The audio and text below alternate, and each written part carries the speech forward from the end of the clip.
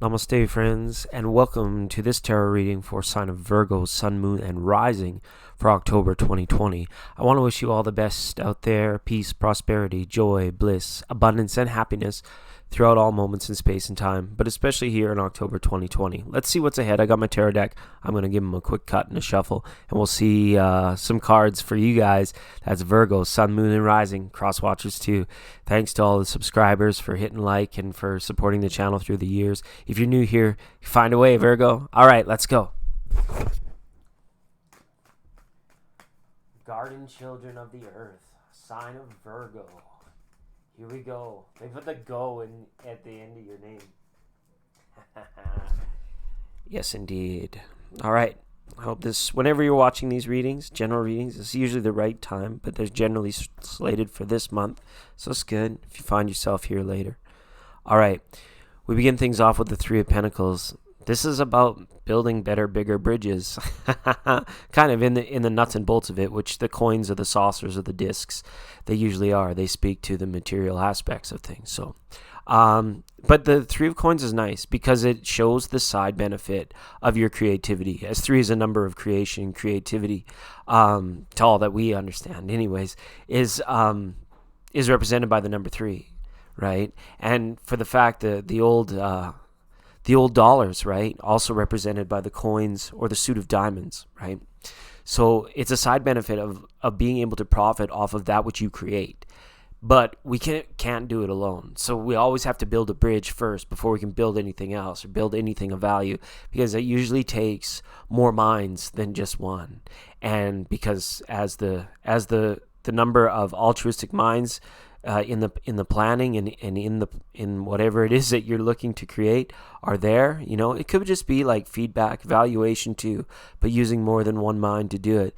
The side benefit is the money that's generated from that. So, but it's not the be all end all. I know that was long for just like one thing, but look at if you're here because you live your life every day, this means that in order to work well with others and in working well with others, a little creativity in your work relationships, talking about, what they call it, shit that don't matter. That always can bring people together or be able to find out what's possible through like-mindedness with people that you work with. All right, Four Cups is there because, right, Virgo, you're always working too hard for too long and for far less than you're deserving. And that's what the Four Cups for some of you is this realization, like, oh my goodness, something heavy might be weighing on your shoulders as well when it comes to a colleague or a particular friend. If you've experienced loss, it's about building bridges that you may have not realized or thought that you would have to build for yourself at this point in time. But something happened a few years back, I feel, and you guys, like, for many of you, it could have been like somewhat traumatic or very difficult, and it kind of thrust your life in a new direction or at such a different pace that you had to go through a series of changes and adaptations to that, and it required a lot of energy for you. But you committed to this road at one point in time, and so you knew the benefits or the rewards were paying off down the line. Just don't ever forget the original motivation or the thing that you can trace back to any situation that you're in, and realize that was the reason I was in it. I was in it to win it. I was in it for love. Maybe you're in it for whatever you were. And trace that back to a point of resolve for you. And for those of you, Four of Cups, it's just a sense of apathy and not being able to feel motivated or energized enough to go through with something anymore because, you thought back or perhaps you lost sight of what got it started to begin with, okay? So Virgo, I'm stumbling over my words. And then we have a reversal here on a Princess of Wands. So for many of you, this month overall in general will be quite quiet. And you have your own sense of adventure, but generally the energies around you are a little bit more quiet, and they're going to be an opportunity to go within and to look within, and she encourages you very much to do so.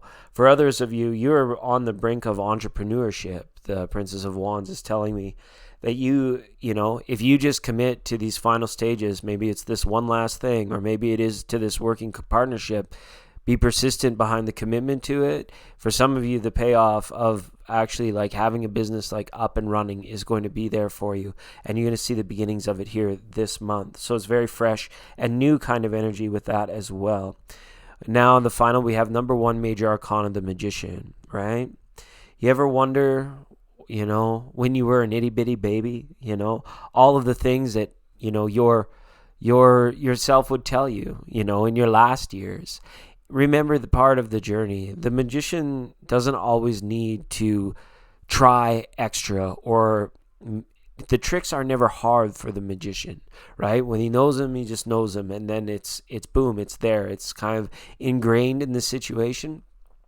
So this message in an overall month of October, with him being here, some of you will just have to be straight up a little bit more resourceful to get these bridges built with these people. And like I said, creative but resourceful, and to deal with any sense of apathy. It comes to actually direct conscious planning of the goals, what you would like to see for yourself and where you want to go. Even in times in our life, maybe we're burdened down with like families and children and mortgages and stuff that never ends, right? So you're like, well, how could I ever break free of that? How could things ever change, right?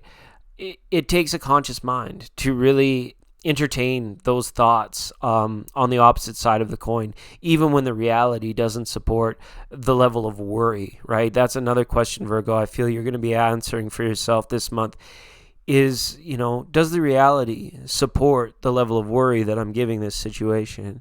And if it does, then you will be motivated, you will become resourceful to get in there and make a plan and turn the wheel and make it happen. You're hard workers. It's the way it goes, right, Virgo? We're going again with Virgo. We're going somewhere. So yeah, that's basically, at the end of the day, you have it, right? Okay. I guess that's enough is enough. Called off the mic. Thanks, Virgo, so much for tuning into the videos. We'll see you all again real soon.